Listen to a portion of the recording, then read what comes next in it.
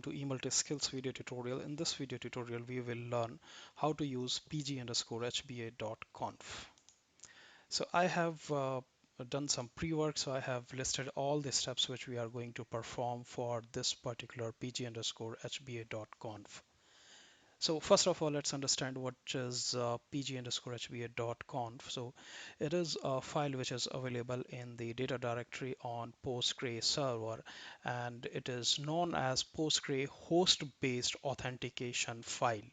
And this is responsible for four things like which host or which IP address are allowed to connect through a particular role, how the clients are authenticated, like they will be using some password or MD5 or some crypt, or and then which PostgreSQL username they can use, or with which role they will be able to log in, and which databases they can access. So all this information is mentioned in pg_hba.conf file. To demonstrate this, let's perform a small demo, and then we will go through all this theoretical part.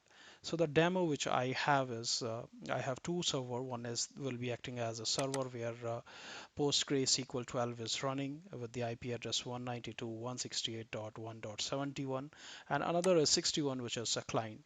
So let me quickly log into the server, and what we are going to do in this demo is we'll log into the Postgre server. We will create a role with the name user2_remote.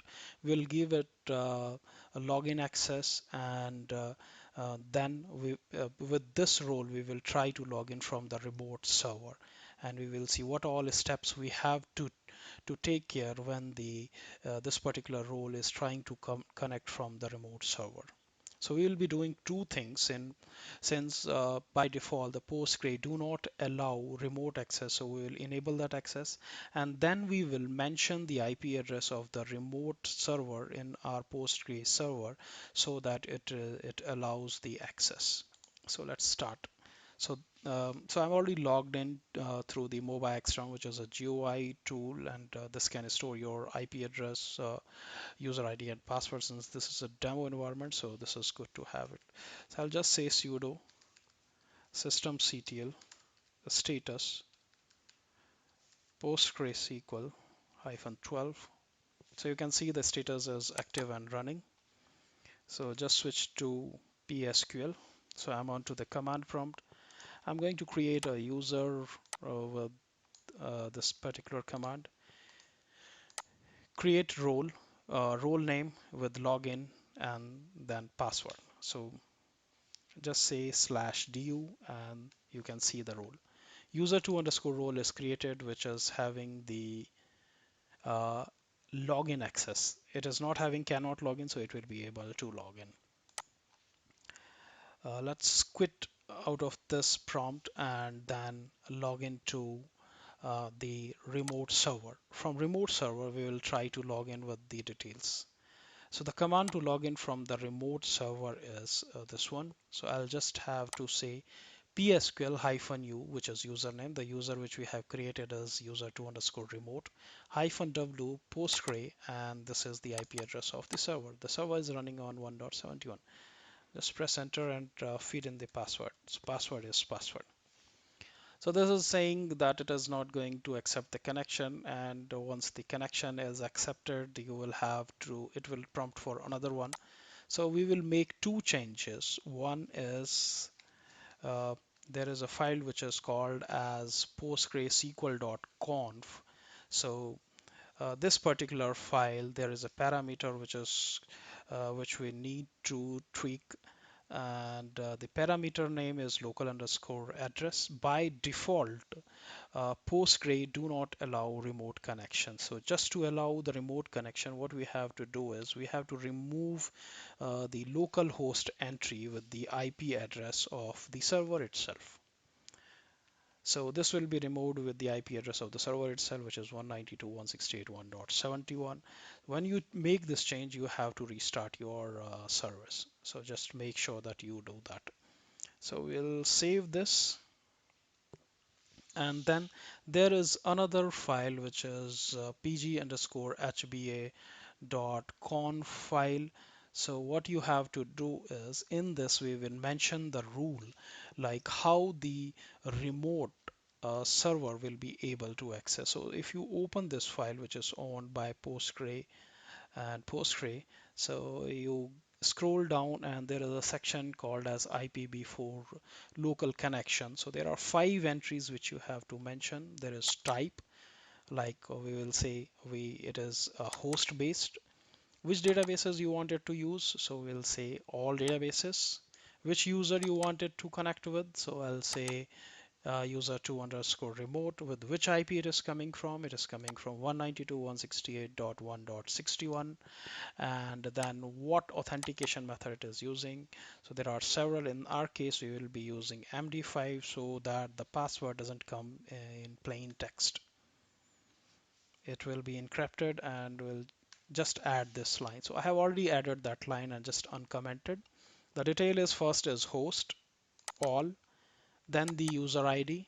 All, this is the database, all the databases. This is the user ID, this is the IP address, and this is the authentication method. So just save this. So we have made two changes, one in PostgreSQL.conf where in the local host is replaced with the IP address. In pg_hba.conf, we added the details of the remote host. And we need to restart the service of PostgreSQL because we have changed our parameter. So just restart it. Just check the status. The service is active and running. Now let's try to connect it from the remote host. You can see you are able to log in. You can see all the databases because you have mentioned all. You need access on all the databases. So now let's come back to the theoretical portion of this since we have done this demo. So the first thing is what is pg_hba.conf. The pg_hba.conf is a Postgre host based authentication which takes several parameters. So mainly it is five parameter. One is the host, another is the IP address of that host, then the which databases you wanted to access, and then the method using the password, peer, or trust, or reject. Now, if let's ask few questions and answer it ourselves. What is the usage of pg_hba.conf file? So this file is used for client authentication, which is available on the Postgre server, and this is for the client IP, username, and the database name authentication. It has a number of entries. Mainly there are five columns which defines like which host, what IP address, which database, which user can access. What are the contents of the file? So it has a number of parameters, mainly five parameters. So it is all related to the particular host, user ID, and the database. And when is the pg_hba.conf file is read? So whenever an application requests a connection, the request will mention a Postgre user ID and password. In our case, it was test2 underscore remote. So when PostgreSQL receives a connection request, first of all, what it will do is it will check the pg_hba.conf file, which is Postgre host base authentication file, and it will verify that the machine details are available in that or not. So as soon as it finds the detail, it will either accept the connection or reject it. So it is just the connection. It will not give. It is not related to giving the access to the tables or other stuff. So next question is, do I need to restart the PostgreSQL post a role creation and access connection? So whenever you create a new role in on a PostgreSQL server and a new connection is requested based on that created user ID or the role, you mention a matching entry in pg underscore hba.conf, then it checks whether that entry is available or not, and once it is verified, the access is granted. So you do not need to restart the PostgreSQL server, Postgre server every time you add an entry in pg underscore hba.conf. So what is the sequence of reading the elements in pg underscore hba.conf file? So it is like when a connection is requested, the Postgre will read one entry at a time from top to bottom. So if I show you this is my server, and uh, if you view this hba pg underscore hba.conf file, if we scroll down top to bottom, so it will be coming top to bottom. So in this case, as soon as it finds an entry, let's say I'm trying to connect through this IP address, if there is an entry available, so the access is granted. So you can give the host and then database, either it is all or the particular database name, or let's say there are 5 databases, so you can give let's say the 5 databases are A, B, C, D, and E. So I can mention A, comma B, comma C, comma D, or comma E. Or if there are n number of databases, you can put all the database names in a file, and you can mention the file location over here at the rate and the file location, so it will read from there. And you can mention the user ID over here. If it is more than one, then I think also that is possible. I have not tested, but this should be possible. Again, the concept of more user ID, uh, keeping in a file, you can use that. And then the IP address or the range of the IP address, in this case /24, that means only first three will be constant, and this can be anything between 1 to 254, I believe. And this is the authentication way. The next one, which is very very important, if you haven't if you do not know like how to find the location of pg underscore hba.conf file onto the Postgre server, so you log into sudo su space hyphen Postgre.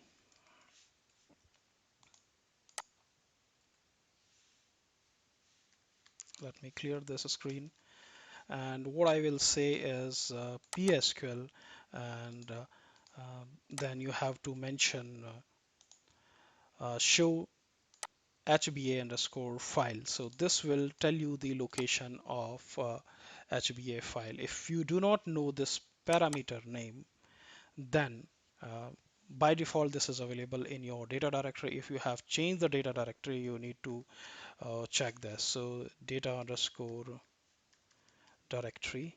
So most of the time I keep it handy so that I can copy and paste. So this will be available in this particular location. If you don't know much about these commands, if you do not know if it is this is the first time, then you can use the Unix based as well. Or there is a direct command, so you can say psql-t-p format is equal to unaligned, and then you can say show hba underscore file.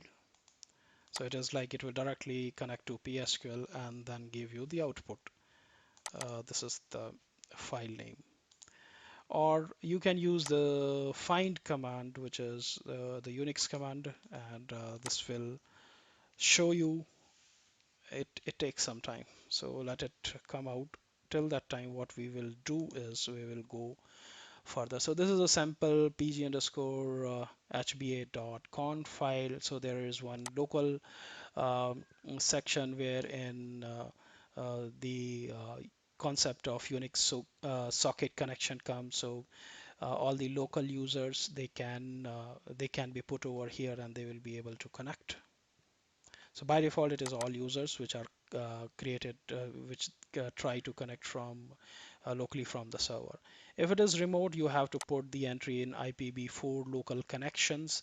Make sure that your PostgreSQL.conf file has the listen underscore addresses replaced from localhost to the IP address or the star in the previous version. And then you have to mention this particular entry, local host all the IP address, and then the subnet, and then the authentication method. If you wanted to enable all connections using IPv6, you have to mention this. And if you wanted to reject also, so there you can mention the IP address and mention reject. All right, so let's see an example of single host entry. So it is host, which we have mentioned in our case. Either you mention the database name or all the databases, you mention the username, the IP address, then the subnet. If it is like this, let's say the first three will be constant and this can change. So let's make 8 3s are 24, and this is trust, not good, but let's make it MD5. This should not be suggested even. If there is a rejection entry, then you mention the details and particular IP address, fixed subnet, and then you mention reject. If it is script, then also it will look like this. If you wanted to mention about a small network, so just mention host. This is the database or the list of databases. Let's say template 1, 2, 3, 4, or at the rate file name, which consists of n number of databases, or username, or n number of users, and then 192.168.1.0, so 1 to 254 IP address, so they can access, or you can, uh, or let's say you these two will remain constant, and anything in here in between 1 to 254 and here also, so you have a bigger network. And if it is like this, only this will be constant and this will keep on changing. So this is how, so small networking part, but most of the time you will have something like this, only these two might change. So just a recap of what we have done. We did a demo where and there were two server, one was server and another was client. We created a user with the name user2 underscore remote. Then we try to log in from the remote server using this particular command. This is my remote server.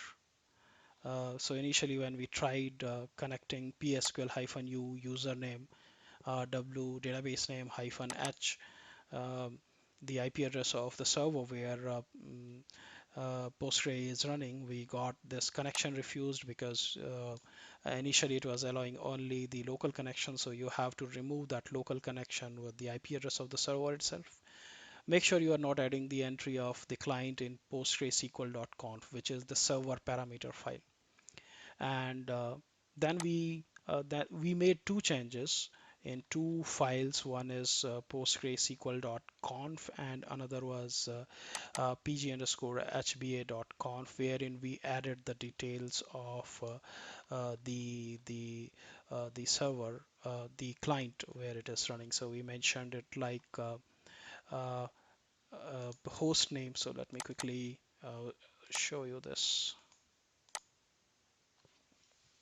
So the entry which we added is like this.